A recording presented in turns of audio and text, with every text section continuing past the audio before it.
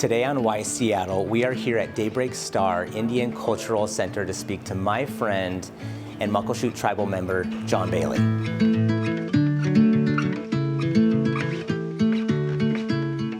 John, tell us how you would like to introduce yourself. Sure. Who is John Bailey? Sure, thank you. Thank you so much. My name is John Bailey, and as you know, I'm an enrolled member of the Muckleshoot Indian Tribe, but I'm also a descendant of the Puyallup, Duwamish, Tulalip, and Upper Skagit tribes. Can you tell us more about your time in Puyallup on the reservation? What was that like growing up there, and also what it felt like to leave? Sure. Yeah, growing up on the Puyallup Reservation, I think, first of all, I went to an all-native private school, like K through 3, which was really great for me to understand, get sort of like core foundational basics about our people and like where we come from. And that was a really valuable experience for me. My grandmother, who raised me, she took me out of the private school and put me in public school. I think it was just sort of part of her idea of, I guess I would say her intention behind it was for me to be able to look beyond the reservation.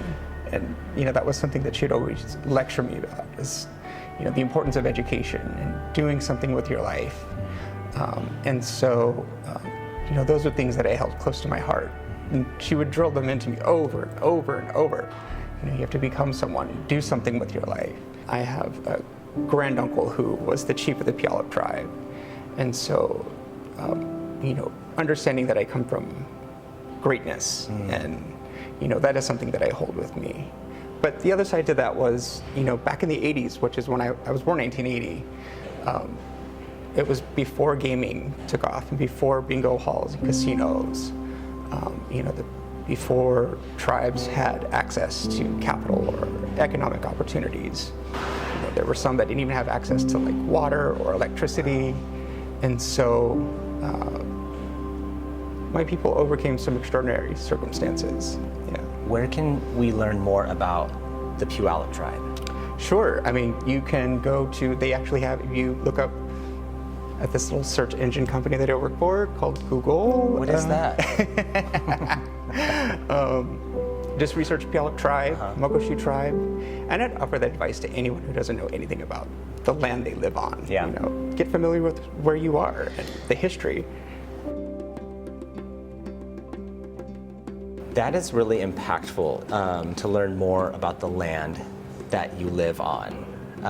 Specifically where we are right now. Why is this place impactful or meaningful to you? Sure. Yeah, I mean, this very building was born out of urban Indian activists coming together and recognizing that there was a group of people that were sort of being left behind.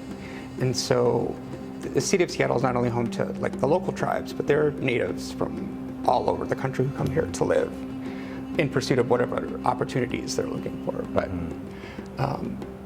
this particular building was a product of activists that secured 20 acres of land from the city of Seattle and the state of Washington. And it's beautiful land, so to think more about the fact that we're able to enjoy it is really important. Yes, and I've been coming here since I was a kid. We'd come here, they had like food bank programs and, things like that. So I would take trips up here with my grandparents. And so I have a lot of really fond memories of coming up here. Okay, you mentioned that when you moved to Seattle, you said you found your family, your Seattle family or community in the LGBTQIA community. Tell us more about that. Sure. Yeah, I think for me it was really it was exciting. It felt liberating. Coming from a small town. I mean, I wouldn't say Tacoma now is small, but growing up it was definitely a much smaller city. Sure.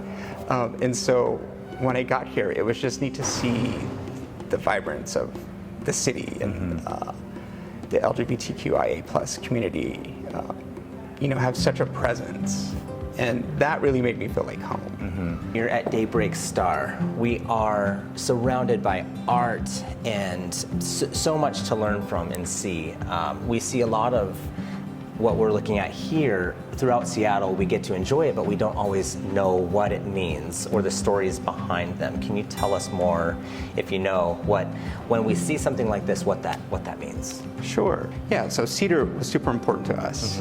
It's reflected in our artwork, the homes that we used to build. We used to live in longhouses that were constructed out of cedar. You look at these beams here, and it's really amazing to think, how did natives lift these things? How did they carve these things? Right. And so it is beautiful. And back to being resourceful, and you had mentioned the longhouse. You were married in a longhouse, is that correct? I was, yes. So one of the other reasons Seattle is important to me, it's actually where I met my husband. We met in 2003. We eventually got married November 2013, and we got married at the Duwamish Longhouse. And that was super important for me because that was where my great-grandmother was enrolled. My great-grandmother was duly enrolled in the Duwamish and Yakima tribes, and that was back when you could be enrolled in more than one tribe. But so it was super significant to me to have our ceremony there to like honor her legacy, to pay tribute to the fact that I'm here today as a part of her dreams and her aspirations. And so, what is the best way that we can acknowledge the history and the peoples and culture that have come before? I think that it is first and foremost important to understand where you are and, be resourceful and educate yourself.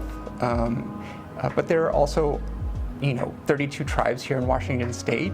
You could visit any one of the tribal offices. They have usually centers that you can visit if you're especially curious about a particular tribe. But first and foremost, taking the time to understand the area in which you live and that history for that particular area. John, you have been asked to do and performed many land acknowledgments. What does that mean? When the question comes in, and then by time that you've finished it, what is that process like? What does it all mean? Sure, that's a really good question, and I think a super important one. Land acknowledgments have been really sort of an attempt to educate, the broader population about Native people, and that we are still here, and that you are on Native land. And so, I find value in them, and I think they're mostly done for non-Native spaces. I mean, because obviously, Natives, we know who we are and where we come from, but it's really an opportunity to educate people about where you are. I remember I was attending an event, a Glamazon event, and I was so inspired when you did a land acknowledgement there. It seemed so fitting because it was exactly talking about where we were, the land that we were on, and the celebration that we were about to have. And it was so impactful. So I'm really grateful that you spent your time telling us here now in this moment what we can continue to do. So thank you for everything that you've done. Thank you for being on the show. It means a lot.